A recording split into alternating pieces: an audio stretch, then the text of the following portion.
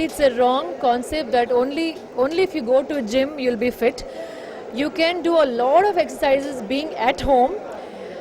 It can be just skipping, jumping, doing push-ups, doing so many things actually, like hanging from something in your house or doing yoga on a mat in your house. So fitness doesn't have to be only going out and to a gym and doing it, or going for a yoga class or something. You can buy a nice DVD.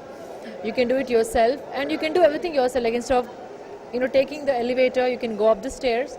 You can do everything yourself, like bending down, getting up, or ask your maid to take off one day and do your household job, or do gardening for a day or something. That itself is enough. You don't need to really pump up iron or go to some class to become fit. Health is wealth.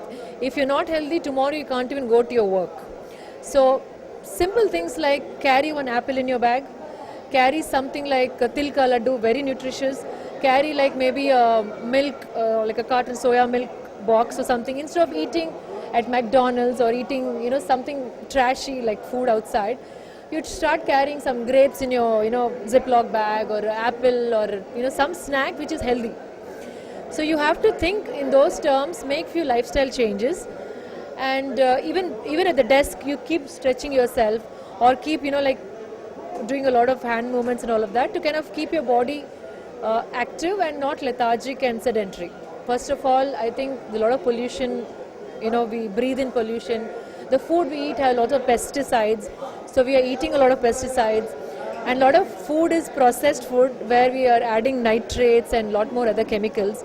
So from the food we eat to the air we breathe, it's all polluted. And the stress levels, because of too much competition in any field you enter, whether it's students or IT company or any industry. So the lifestyle is not like how it used to be 10 years back or 20 years back. So to cope up that lifestyle, you need to make changes, and that's the reason why a lot of new diseases are sprouting up. And this is also one of the diseases which is one of the cause.